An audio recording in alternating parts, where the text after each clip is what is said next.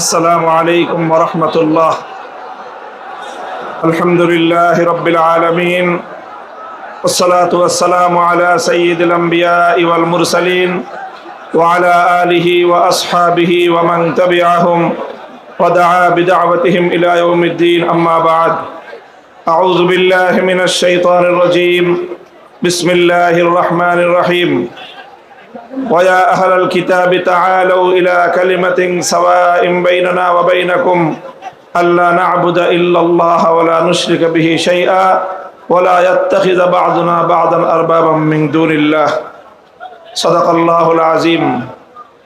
ইসলামী আন্দোলন বাংলাদেশের উদ্যোগে আয়োজিত চরমনাইর দরবারে অনুষ্ঠিত আজকের এই ঐতিহাসিক ওলামা মাশায়েখ সম্মেলনে উপস্থিত ইসলামী আন্দোলন বাংলাদেশের মোহতারাম আমির পীর সাহেব চরমনাই সৈয়দ রেজাউল করিম হাফিজাহুল্লাহ, অন্যান্য শীর্ষ ওলামায়ে কেরাম এবং সমবেত ওলামা মাশায়েখ, আমার প্রাণপ্রিয় ধর্মপ্রাণ মুসলমান ভাই ও বন্ধুগণ, সংক্ষিপ্ত পরিসরে কয়েকটি কথা। আজকের বাংলাদেশের বিশেষত জাতীয় রাজনৈতিক প্রেক্ষাপটে ওলামায়ে কেরামের সামনে এক ঐতিহাসিক সুযোগ এসেছে এবং সুযোগ আসার কারণে তাদের কাঁধে ঐতিহাসিক জিম্মাদারি এবং দায়িত্ব বর্তেছে। আমরা যদি আজকের এই প্রেক্ষাপটে আমাদের দায়িত্ব পালনে ব্যর্থ হই, ইতিহাস আমাদেরকে ক্ষমা করবে না। এই জন্য যাদের কাঁধে দায়িত্বের বোঝা, আমরা শুধুমাত্র এক একজন ব্যক্তি নই। যেমন ইতিপূর্বে অনেক ভাই বলেছেন, হযরত শাইখুল হাদিস আল্লামা আজিজুল হক রহমতুল্লাহ আলাইহির দায়িত্বের জোয়াল এখন আমার কাঁধে। হযরত পীর সাহেব মরহুম সৈয়দ ফজলুল করিম রহমতুল্লাহ আলাইহির দায়িত্বের বোঝা আমাদের বর্তমান হযরত পীর সাহেবের উপর। মুফতি ফজলুল হক আমিনী রহমতুল্লাহ আলাইহি সহ আকাবিরদের দায়িত্বের বোঝা আমাদের ভাই মাওলানা মুফতি সাখাওয়াত হোসেন রাজির কাঁধে। এমনিভাবে আমরা বর্তমান প্রজন্ম আমাদের পূর্বসূরীদের রেখে যাওয়া একটি সুন্দর প্ল্যাটফর্মের উপর আজকে আমরা দাঁড়িয়ে আল্লাহর দ্বীনের কাজ করার সুযোগ পেয়েছি। কাজে এই জায়গা থেকে আজকের এই জাতিকে যদি আমরা নেতৃত্ব দিতে, যথাযথ দিক নির্দেশনা দিতে যদি আমরা ব্যর্থ হই, তাহলে আমাদেরকে অনেক বড় মাসুল গুনতে হবে, দুনিয়াতেও এবং আখিরাতেও। আমি আজকের যে জাতীয় চাহিদা, বিশেষ করে সারা বাংলাদেশের সকল ধর্মপ্রাণ শুধু নয়, যারা ধর্মকে ভালোবাসে অন্তত তারাও, ইসলাম প্রেমী সকল মানুষের অভিন্ন চাহিদা হলো ইসলামী নেতৃত্ব তারা ঐক্যবদ্ধভাবে জাতির সামনে অগ্রসর হোক, জাতির সামনে উপস্থিত হোক। আমি আমার দীর্ঘ যে পর্যবেক্ষণ বাংলাদেশের ধর্মীয় এবং রাজনৈতিক অঙ্গন নিয়ে, সেটা আমি দেখি যে বাংলাদেশে আমরা আলহামদুলিল্লাহ ইসলামিক দৃষ্টিকোণ থেকে আমাদের পার্শ্ববর্তী উপমহাদেশের অন্যান্য দেশের তুলনায় আমরা অনেক সহনশীল একটি জায়গায় রয়েছি। আমাদের বাংলাদেশে ইসলামপন্থীদের মধ্যে পারস্পরিক ঈমান এবং কুফরির কোনো ইখতিলাফ নেই, মতবিরোধ নেই, যেটা আমাদের পার্শ্ববর্তী দেশগুলোতে রয়েছে। সেখানে শিয়া সুন্নির মতো জটিল বিরোধ রয়েছে।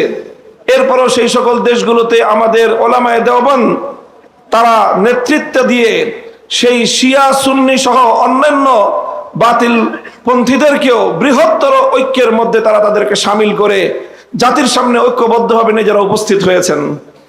তা আমি মনে করি বাংলাদেশে এখন ইসলামিক অঙ্গনে 4টি পক্ষ রয়েছে, যাদের মধ্যে আমাদের মধ্যে বিভিন্ন শাখাগত, ফিকহি মাসআলাগত এবং বিভিন্ন আকীদার খুঁটিনাটি বিষয়ে, ঈমান এবং তাওহীদ এবং রিসালাত আখিরাত ছাড়া আকীদাগত অন্যান্য কিছু বিষয়েও আমাদের মধ্যে মতপার্থক্য রয়েছে।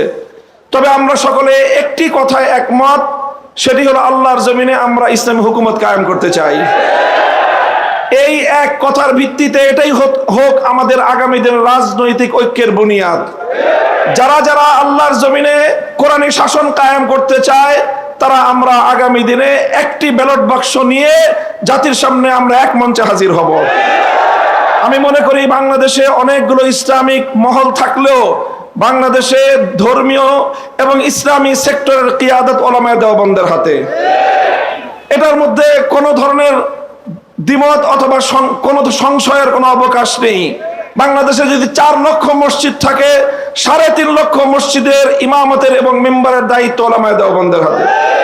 কাজেই ধর্মীয় সকল অঙ্গনগুলোকে ঐক্যবদ্ধ করার ঐতিহাসিক দায়িত্ব উলামায়ে দেওবন্দের কাঁধে। আর এ কথা অস্বীকার করার কোনো উপায় নেই। দেওবন্দি উলামায়ে কেরামের সাথে সংশ্লিষ্ট যতগুলো রাজনৈতিক সংগঠন রয়েছে, তার মধ্যে সর্ববৃহৎ রাজনৈতিক সংগঠন ইসলামী আন্দোলন বাংলাদেশ। কাজেই সেই জায়গা থেকে ইসলামী আন্দোলন বাংলাদেশের দায়িত্ব সবচেয়ে বেশি। আলহামদুলিল্লাহ, আমি সাক্ষী দিচ্ছি লাখো জনতার এই মজমায় আমরা হযরত পীর সাহেব চরমনায় সৈয়দ রেজাউল করিম সাহেব হাফিজাহুল্লাহর মধ্যে সেই উদারতা এবং সেই আন্তরিকতা আমি প্রত্যক্ষ করেছি, আমি সাক্ষী দিচ্ছি। এজন্য আমরা আশাবাদী আগামী দিনে ইনশাআল্লাহ আমাদের ঐক্য প্রতিষ্ঠিত হবে। এই জন্য আমাদের যেই কথা আমরা একমত, সেটা হলো আগে আমাদের উলামায়ে দেওবন্দের নেতৃত্বে যেই সকল রাজনৈতিক সংগঠনগুলো পরিচালিত হচ্ছে, আমরা আমাদের মধ্যে আমাদের ঐক্যকে আরো সংহত এবং মজবুত করব। ইতিমধ্যে আমির হেফাজত আল্লামা শাহ মুহিবুল্লাহ বাবুনগরী হাফিজাহুল্লাহর পক্ষ থেকেও আমাদেরকে সকল সংগঠনকে এই দাওয়াত দেওয়া হয়েছে। কাজে ইনশাআল্লাহ আমরা আশা করছি যে অদূর ভবিষ্যতে অনতিবিলম্বে আমাদের ঘরানার সবগুলো রাজনৈতিক সংগঠন আমরা সীসাঢালা প্রাচীরের মতো ঐক্যবদ্ধ হব। এরপরে বাংলাদেশে অপর 3টি ইসলামী ধারাকেও রাজনীতির ক্ষেত্রে আল্লাহর জমিনে ইসলামী হুকুমত কায়েম করার জন্য তাদেরকেও আমরা তাদের কাছে দাওয়াত নিয়ে যাব ইনশাআল্লাহ। সেটা হলো, একদিকে বাংলাদেশে আরেকটি অঙ্গন রয়েছে আহলে হাদিস সম্প্রদায় হিসাবে বিশাল একটা সম্প্রদায় বাংলাদেশে রয়েছে। আমার যতদূর জানা, তারাও এই বিষয়ে বর্তমানে অতীতের যে কোনো সময়ের তুলনায় উদার দৃষ্টিভঙ্গি লালন করছেন।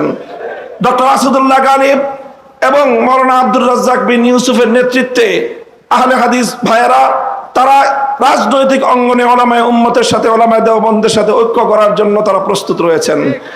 আমাদের আরেকটি অঙ্গন রয়েছে যাদেরকে আমরা সুন্নি বলে জেনে থাকি, সেই সুন্নি ভাইয়েরাও আমি আশা করি এবং আমার কাছে যতটুকু ধারণা, তারাও ঐক্যের জন্য প্রস্তুত রয়েছেন। তৃতীয় যে আরেকটি গ্রুপ রয়েছে জামায়াতে ইসলামী বাংলাদেশ, যারা দীর্ঘদিন ধরে রাজনৈতিক অঙ্গনে আল্লাহর জমিনে আল্লাহর আইন বাস্তবায়ন করার স্লোগান নিয়ে যারা কাজ করছেন, তাদেরকেও আমরা উদাত্ত আহ্বান জানাবো এবং তাদের কাছে আমরা দাওয়াত নিয়ে যাব। এইভাবে উলামায়ে দেওবন্দ যদি ঐক্যবদ্ধ হয়ে আহলে হাদিস, সুন্নি, জামায়াতে ইসলামী সহ ঐক্যবদ্ধ হতে পারে, বাংলাদেশের উম্মতের উলামায়ে কেরামের কাছে জিজ্ঞাসা করা ছাড়া কোন রাজনৈতিক সিদ্ধান্ত গ্রহণ করা যাবে না।